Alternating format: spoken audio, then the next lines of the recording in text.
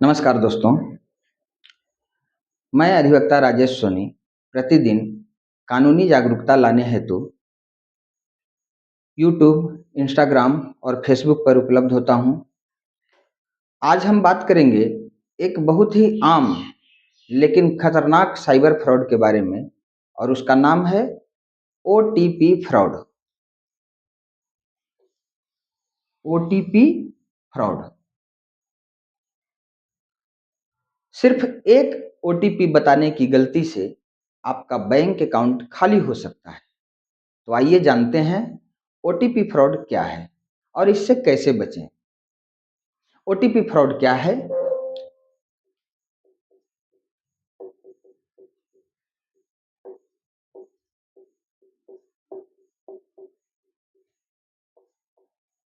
इसका जवाब है ओटीपी। जैसा कि नाम से जानते होंगे, ओटीपी का फुल फॉर्म होता है वन टाइम पासवर्ड।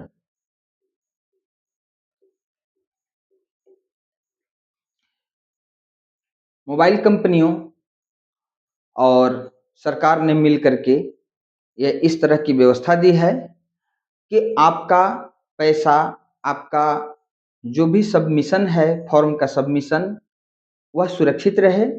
और इसके लिए आपके ही नंबर पर ओटीपी जाएगा। लेकिन जागरूकता नहीं होने से लोग ओटीपी दूसरे को बता देते हैं, और यह स्कैमर को बताने से स्कैम हो जाता है। आपका बैंक अकाउंट खाली हो सकता है, गलत ऑनलाइन कोई फॉर्म फिलअप हो सकता है, आपके नाम पर लोन निकाला जा सकता है, वगैरह वगैरह। सारी प्रकार की त्रुटियों के लिए एक ही चीज जिम्मेवार है, और वह है ओटीपी। यह बैंक, यूपीआई, एटीएम या ऑनलाइन पेमेंट के समय सुरक्षा के लिए आपके मोबाइल पर भेजा जाता है। ओटीपी क्या हुआ कि यह बैंक, ठीक है, यूपीआई, एटीएम, यूपीआई, एटीएम या ऑनलाइन पेमेंट के समय सुरक्षा के लिए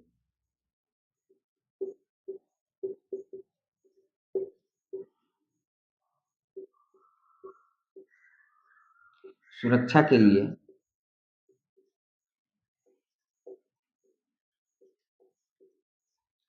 आपके मोबाइल पर भेजा जाता है।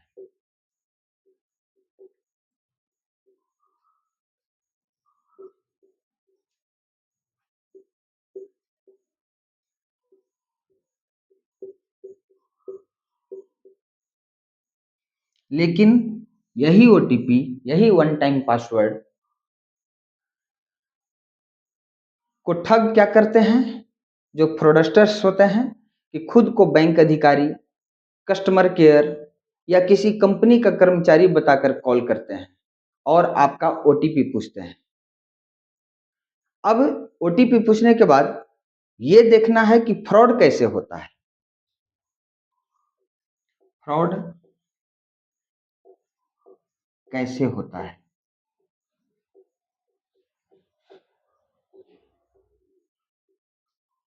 इसका जवाब है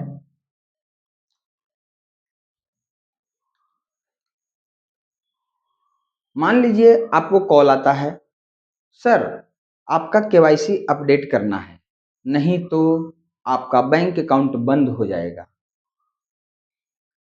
फिर वे आपसे ओटीपी मांगते हैं। जैसे ही आप ओटीपी बताते हैं, वे आपके अकाउंट से पैसे निकाल लेते हैं। इस प्रकार से फ्रॉड होता है। यानी कि बैंक अधिकारी बन करके,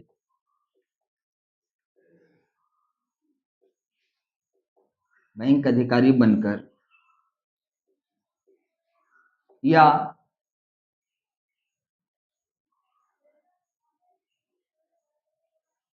कस्टमर केयर या किसी कंपनी का कर्मचारी बताकर, कस्टमर केयर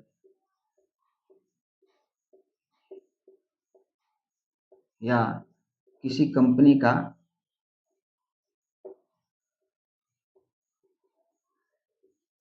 कर्मचारी बताकर और कर्मचारी बनकर वे ओटीपी मांगते हैं और आपका बैंक अकाउंट बंद होने की सूचना देते हैं। मतलब एक प्रकार से आपको डराया जाता है और उस डर का फिर लाभ लिया जाता है, आपके हित में नहीं, स्कैमर्स के हित में, और आप नुकसान में चले जाते हैं। इससे बचने के कुछ तरीके भी हैं। ओटीपी फ्रॉड से बचने के क्या तरीके हैं, आइए यही सावधानी आपको आपके नुकसान से बचाएगी। बचने के क्या तरीके हैं,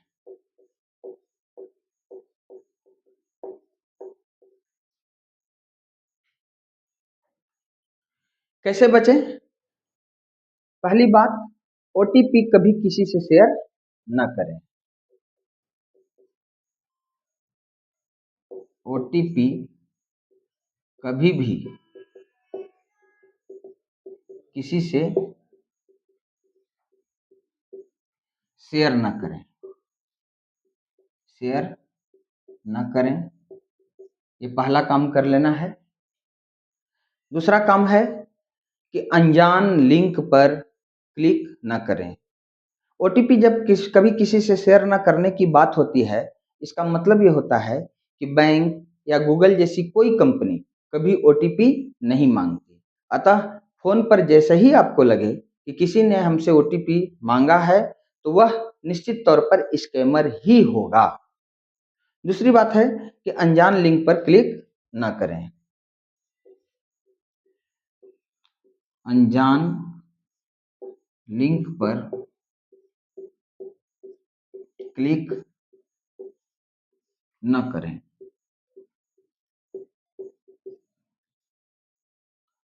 दोस्तों, एसएमएस, व्हाट्सएप या किसी अन्य प्लेटफॉर्म पर आए हुए संदिग्ध लिंक से बचें।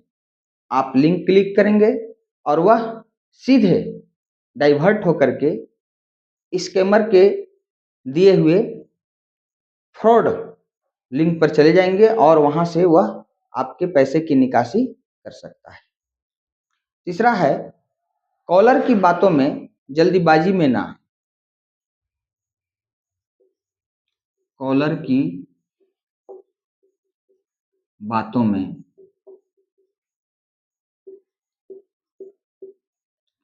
जल्दीबाजी न करें। आप जैसे ही कॉलर की बातों में फंस जाते हैं, मतलब वह डराकर या लालच देकर ठग जल्दी निर्णय करवाते हैं, तो आपका नुकसान तय है। इसके अलावा चौथी बात यह है कि बैंक अलर्ट चालू रखें। बैंक अलर्ट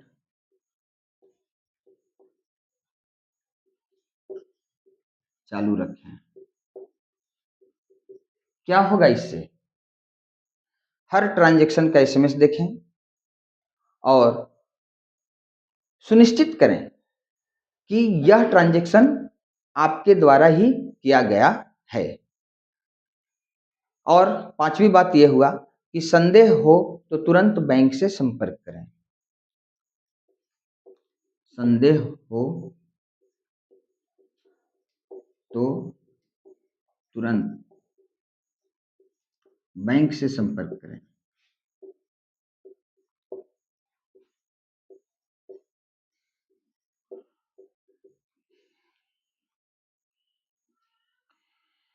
हमेशा बैंक के ऑफिशियल नंबर पर कॉल करें, इधर उधर अनजाने नंबरों पर कॉल ना करें। और फ्रॉड होने के बाद, ट्रांजैक्शन हो जाने के बाद, गलत ट्रांजैक्शन हो जाने के बाद तुरंत बैंक को सूचित करें।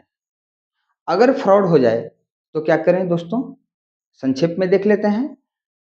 तुरंत बैंक को सूचना दें, अपना कार्ड और यूपीआई नंबर को ब्लॉक कर दें, नेशनल साइबर क्राइम पोर्टल पर शिकायत करें, साइबर क्राइम पोर्टल पर जाकर के हेल्पलाइन नंबर 1930 पर कॉल करें। याद रखिए, ओटीपी आपका है तो जिम्मेदारी भी आपकी ही है। सतर्क रहें, सुरक्षित रहें। इस संदेश के साथ आज के लिए इतना ही। धन्यवाद।